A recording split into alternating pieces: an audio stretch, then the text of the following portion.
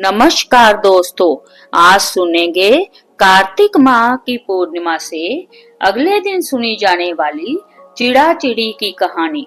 शास्त्रों के अनुसार यह कहानी सुनने से मकान बनाने की इच्छा शीघ्र पूरी हो जाती है।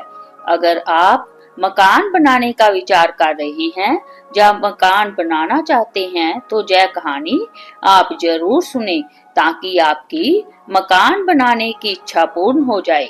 कार्तिक स्नान जो करते हैं वो तो यह कहानी जरूर सुनते ही हैं।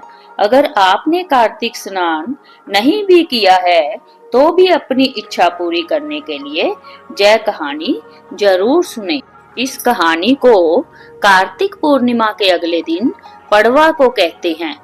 आटे से घर बनाते हैं और आटे के चिड़ा चिड़ी बनाकर घर के बीचों बीच रखते हैं।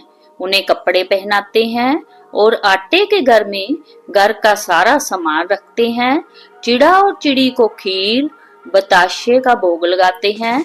इस दिन खिचड़ी बनाते हैं और आम का अचार रखकर ठाकुर जी को भोग लगाकर खुद भी प्रसाद खाते हैं। एक बार की बात है, 4 चिड़िया थी। वह चारों ही कार्तिक का स्नान करती थी। पड़वा के दिन उन्होंने सोचा कि खिचड़ी बनाते हैं। सभी ने मिलकर घी, चावल तथा दाल का जुगाड़ किया और खिचड़ी बनाई। सबने सोचा कि पहले नहाकर आते हैं, फिर खिचड़ी खाएंगे। पहले एक चिड़िया नहाकर आ गई, बाकी नहीं आई। उसे भूख लगी थी तो उसने खिचड़ी की भाप खा ली। दूसरी चिड़िया आई तो उसे भी भूख लगी थी, उसने खिचड़ी का पानी पी लिया। तीसरी ने खिचड़ी खा ली तो चौथी ने खिचड़ी की खुरचन खा ली। खाने के बाद चारों मर गई। जिस चिड़िया ने भाप खाई थी वह राजा के घर राजकुमारी के रूप में पैदा हुई। जिस चिड़िया ने खिचड़ी का पानी पिया था वह कुम्हार के घर पैदा हुई। जिसने खिचड़ी खाई वह ब्राह्मण के घर जन्म लेती है और जिसने खुरचन खाई वह हथनी के रूप में जन्म लेती है। कुम्हार की लड़की राजा के जहाँ दासी बन गई। ब्राह्मण की लड़की राजकुमारी की सहेली बनी। हथनी भी राजा के जहाँ आ गई।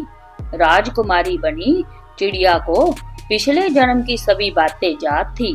राजकुमारी का विवाह हुआ तो उसने राजा से कहा कि मैं अपने साथ इस दासी और अपनी सहेली को भी ससुराल ले जाऊंगी। तो राजा ने कहा ठीक है, ले जाना। राजकुमारी फिर भी नहीं गई। राजा ने पूछा अब क्या है? तब उसने कहा कि मेरे साथ इस हथनी को भी भेज दो। लेकिन हथनी जाने को उठी ही नहीं। तब राजकुमारी उसके कान में पिछले जन्म की सारी बातें कह देती है, जिसे सुनकर हथनी अब उठ जाती है।